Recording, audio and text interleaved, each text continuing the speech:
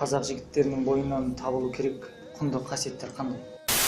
Егер бір кәсібім өрге домалап жатса, жомарт кәсіпкерлердің бірі болатын шығармын. Қазірде жігіттеріміз жасап жатыр ғой, түрлі насихаттар жасап жатыр. Көбірек қайырымдылықпен айналысу керек. Айналып келгенде сол ғой, жомарт болу керек, ашық болу керек. Жас отанның трибунасына шығып сөйлеп жатқаннан кейін қоя бер дейсің. Сол мағалай.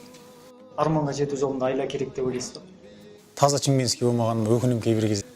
Сол сияқты мен бірінші таяқ жегем.